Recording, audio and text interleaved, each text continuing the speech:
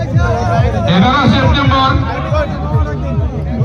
নিশাৰ বাজাৰ এইখানে বাকৰিত অনুষ্ঠিত হব কবিতাৰ জোনাক নিশা।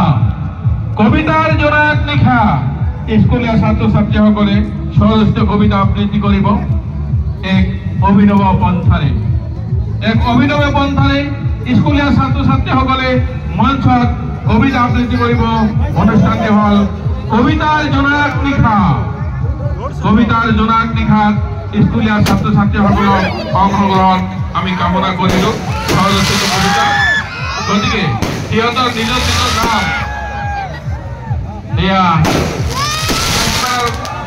মেলাৰ বাকৰি আকাশ উজ্জ্বল হৈ উঠিছে আতচবাজীৰে। সকলোৰে মনত আনন্দৰ এটা সুন্দৰ পৰিৱেশ, সুন্দৰ দৃশ্য, মনোৰম দৃশ্য, খুব উপভোগ্য।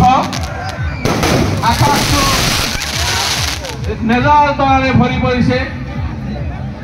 এটি বছৰ পিছত এয়া সামৰণি পৰিল আমাৰ